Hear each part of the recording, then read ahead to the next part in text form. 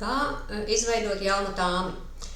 Pirms mēs veidojam jaunu tāmi vai rēķinu, pārliecināmies, ka iestatījuma sadaļā mums ir aizpildīti paši galvenie dati. Tātad uzņēmuma rekvizīti, kā arī logotipu iestatījumi, vai tas ir logo vai tas ir teksta formāts, kas būs redzams tāmes un rēķina lapas kreisajā augšējā stūrī. Tātad, lai izveidot jaunu tāmi, mums jānospiež uz pociņas jauna tāme. Šeit redzams sadaļā izsniedzējs, kad jūsu ievietotie rekvizīti iestatījuma sadaļā jau ir ieimportējušies šeit.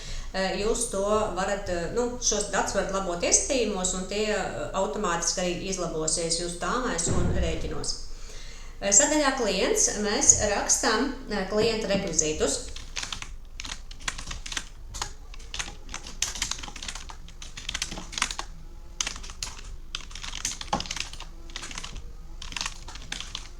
Tā kā rekvizīti ir savadīti, zemāk jūs varat izvēlēties, kādā izskatā jūs vēlaties izeksportēt šo tāmi, kā arī izvēlēties dokumenta valodu. Dokumenta valodas izvēle ir iestīta tam dēļ, kad jūs kā uzņēmēji iespējams arī veidojat sadarbības ar ārzemju klientiem. Un ārzemju klienti Eiropas Savienībā, tiem, kuri ir PVN maksātāji, jums ir iespējams arī atzīmēt PVN režīmu ar 0,00. Ārzemju klientiem pašsaprotami šos te tāmas vai rēķinus mēs rakstam angļu valodā. Tāpēc ir arī šī te izvēle, un savukārt pie PVN režīma, ja jūs esat PVN maksātājs, jūs varat izvēlēties standarta PVN režīmu, ja jūs rakstat tāmi vai rēķinu Eiropas Savienības valstīm, kuri ir PVN maksātāji, tātad izvēlamies apgriezto PVN un ir arī nodokļu atbrīvojums, kad tāme un rēķina dati rēķinās ar 0 PVN. Šajā gadījumā es pati ievietošu standarta, un pārējiem sadaļu zemāk pie pakalpojumu un kalkulators, tātad šeit aprakstā mēs vadam mūsu darbu uzdevumu. Tātad darbu uzdevums numur 1, piemēram, šeit sadaļā es izvēlos mērvienību, tad te padomāts par vairākām uzņēmējdarbības nozarēm. Šajā gadījumā es izvēlēšos pati stundas likmi, un šeit es ievedu attiecīgi šo te savu stundas likmi. Un šādā veidā es pievienoju tik rindas, cik man nepieciešams. Piemēram, nākamo WordPress instalācija. Šajā gadījumā es varu parādīt arī procentuālo šo te aprēķinu, kur es daudzuma sadaļā ievedu procentus, kuri aprēķinās no tāmas summas. Tātad, piemēram, 10%, un man no tāmas summas, kas manā gadījumā 100 eiro, izrēķinās 10 eiro aprēķins. Tālāk, kad es esmu beigusi pievienot rindas, tāme mums jau ir sagatavota.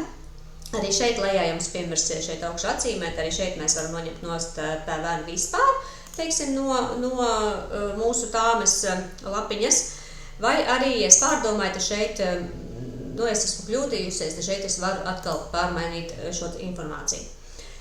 Summa mums apakšā ir aprēķināta, es varu veikt izvēli 3 veidos. Tātad vai nu saglabāt to kā melnrakstu, atstāt sākuma lapā sistēmā.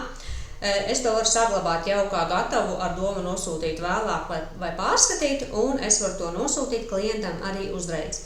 Nospiežot pogu sūtīt, man atverās e-pasta sagatave, uzlecošais loks, kurā es varu ievietot šeit saņēmēja e-pasta datus.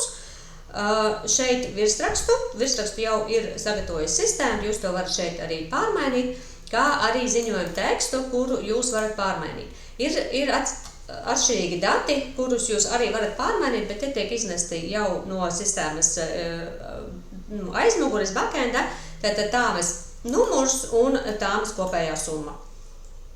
Izlabojam tekstu un varam nospiest pogu nosūtīt tāmi, un tāmi aizies klientam uz e-pastu. Šajā gadījumā es pagaidām nospiedīšu saglabāt, un tāme man ir saglabājusies sākuma lapā šajā te sarakstā.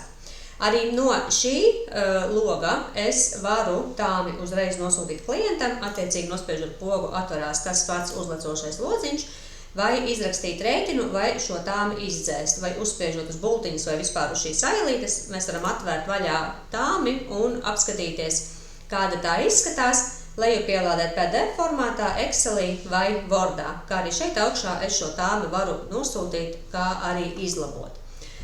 Atgriežoties uz sākuma lapiņu, vēlējos pastāstīt jums par podziņu izrakstīt rēķinu, kuru mēs jau padziļināti iziesim nākamajā video. Tātad, balstoties uz izveidotās tāmes datiem, mēs varam izrakstīt rēķinu jau ar, jau aizpildītu. Tad jums rēķins šajā gadījumā vairs nav jāraksta atsevišķi no jauna, bet jūs varat uzreiz uz šīs tāmes datiem izrakstīt klientam rēķinu. Par to, kā to izdarīt, mēs skatīsimies nākamajā video.